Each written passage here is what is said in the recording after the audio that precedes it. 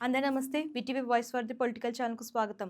హోలీ వేడుకల్లో జరిగిన చిన్న వివాదం చిలికి చిలికి గాలివానలా మారి ఒక యువకుడి ప్రాణాన్ని బలికొన్న విషాద ఘటన ఢిల్లీలోని ఉత్తమ్ నగర్‌లో చోటు చేసుకుంది.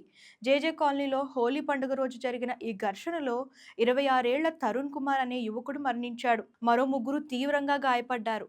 ఈ ఘటన రెండు వర్గాల మధ్య ఘర్షణకు దారితీయడంతో స్థానికంగా ఉద్రిక్త పరిస్థితులు నెలకొన్నాయి. పోలీసుల వివరాల ప్రకారం రాత్రి వేళ 10:30 గంటల సమయంలో ఓ 11 ఏళ్ల బాలిక తన ఇంటి బిల్డింగ్ పైనుంచి వాటర్ బెలూన్లు విసురుతోంది.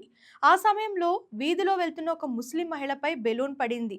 దీంతో ఆ మహిళ ఆగ్రహం వ్యక్తం చేస్తూ వాగ్వాదానికి దిగింది.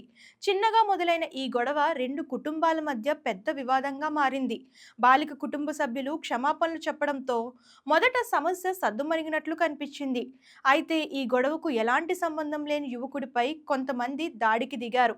డిజిటల్ మార్కెటింగ్ కోర్స్ చేస్తున్న తరుణ్ కుమార్ స్నేహితులతో కలిసి హోలీ జరుపుకొని రాత్రి తన బైక్పై ఇంటికి వస్తున్నాడు. అప్పటికే జరిగిన గొడవ గురించి అతనికి ఏమీ తెలియదు. మార్గ మధ్యలో సుమారు 10 మంది వ్యక్తులు అతన్ని అడ్డుకొని కర్రలు, రాళ్లు, ఇనుప రాడ్లతో విచక్షణరహితంగా దాడి చేశారు. తీవ్రంగా గాయపడి కింద పడిపోయిన తరుణ్ గుండెలపై పెద్ద బండరాయిని పడవేసి క్రూరంగా హింసించినట్లు కుటుంబ సభ్యులు ఆరోపిస్తున్నారు. చికిత్స పొందుతూ తరుణ్ కుమార్ ఉదయం ప్రాణాలు కోల్పోయాడు. ఈ హత్యతో ఉత్తమ్ నగర్ ప్రాంతంలో మతపరమైన ఉద్రిక్తతలు ఏర్పడ్డాయి. బాధితుడి కుటుంబానికి మద్దతుగా పలువురు నిరసనకారులు నిందితుడి ఇంటిపై దాడికి ప్రయత్నించారు. పరిస్థితి చేదాటకుండా ఉండేందుకు పోలీసులు భారీగా మోహరించారు. ఈ కేసులో ముస్లిం కుటుంబానికి చెందిన 4 వ్యక్తులను అరెస్ట్ చేయడంతో పాటు ఒక మైనర్ బాలుడిని అదుపులోకి తీసుకున్నారు. సీనియర్ పోలీస్ అధికారులు బాధిత కుటుంబాన్ని పరామర్శించి నిందితులపై కఠిన చర్యలు తీసుకుంటామని హామీ ఇచ్చారు. ఈ ఘటనతో ఉత్తమ్ నగర్లో తీవ్ర ఉద్రిక్త పరిస్థితులు నెలకొన్నాయి. పరిస్థితి అదుపు చేసేందుకు సిఆర్ఎఫ్ బలగాలను రంగంలోకి దించాయి. డ్రోన్ల ద్వారా నిఘా ఉంచాయి. నిందితులను పట్టుకోవాలని, ఈ కేసును సిబిఐకి అప్పగించి దర్యాప్తు చేయించాలని తరుణ్ కుటుంబం డిమాండ్ చేస్తుంది.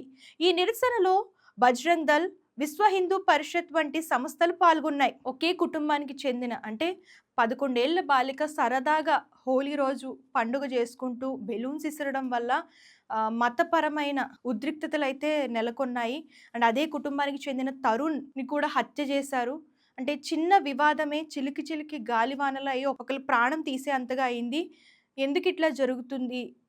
భారతదేశంలో సెక్యులర్ దేశం అంటారు. అందరూ కలిసిమెలిసి ఉండొచ్చు కదా!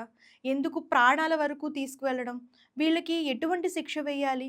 అసలు ఈ మతపరమైన ఉద్రిక్తతలు, మతపరమైనవి తీసుకురావడం ఎంతవరకు కరెక్ట్ అంటారు మన భారతదేశంలో? అసలు దీని గురించి మీకేమనిపిస్తుందో కామెంట్ రూపంలో తెలియజేయండి. అండ్ ఇలాంటి లేటెస్ట్ న్యూస్ కోసం ఛానల్ ఫాలో అవ్వడం, సబ్స్క్రైబ్ చేయడం మర్చిపోకండి.